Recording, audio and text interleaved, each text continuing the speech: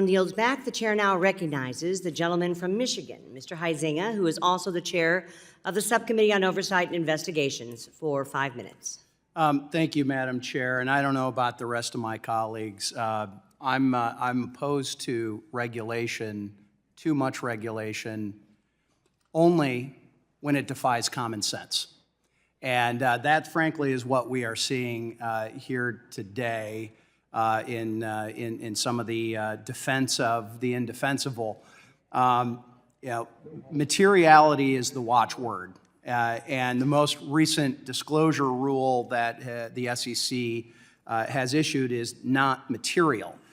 Public companies, let's be clear, public companies must report any issue or circumstance that currently or in the future will materially affect their business operation and therefore affect investors.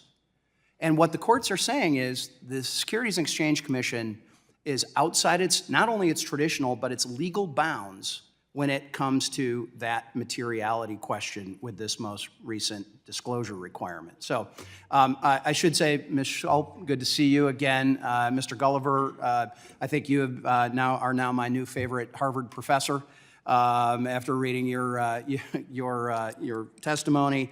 Mr. Burton, I want to focus in a little bit, though, on an issue that I've been working on, the PCAOB. The PCAOB, the Public Company Accounting Oversight Board, was founded in 2002 as an independent expert regulatory agency to oversee audits of public companies. In fact, the word independent appears in statute 10 times. So it's safe to say that when Congress created the board, they intended it to operate independently and without regard to political considerations. Notwithstanding the SEC's oversight authorities, including approval of the board's rules, standards, budget, those were all created by Congress as safeguards to ensure the board's nonpartisan mission was maintained.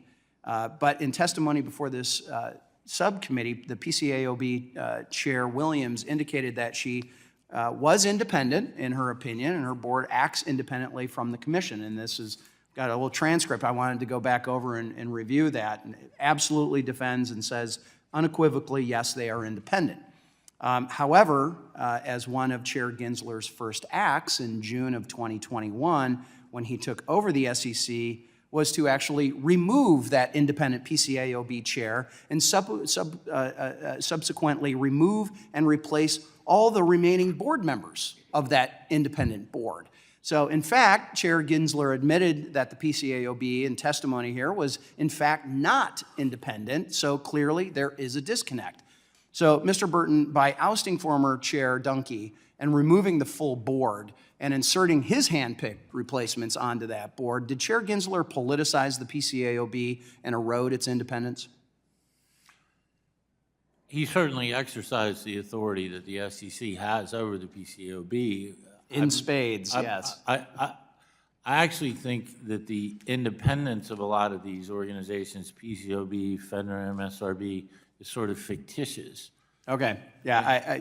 Let me hit on that. You know, I am not one to hand over authority to the SEC or any other regulator willy-nilly and without purpose and reason. But since the SEC already conducts oversight of the PCAOB, including approving the board's rules, standards, budget, it doesn't make a whole lot of sense to me that the PCAOB operate as a separate entity. But it does have an adverse effect in that all of the protections we associate with government, the requirements with respect to regulatory analysis, due process, transparency, the Sunshine Act, Freedom of Information Act, none of that exists. So a lot of things that protect the public and enable you to conduct meaningful oversight over the PCAOB do not exist as it's currently structured, and your legislation would solve that problem. Well, and that's what I was getting at. I think is, as we look at it, having the SEC's examiners and its chief accountant absorb all of the PCAOB's responsibilities seems like a reasonable direction. Does that seem accurate to you? Absolutely. All right. Well, Chair Wagner, I just do want to also say thank you for attaching our bill to this, the Streamlining Public Company Accounting Oversight Act and this hearing.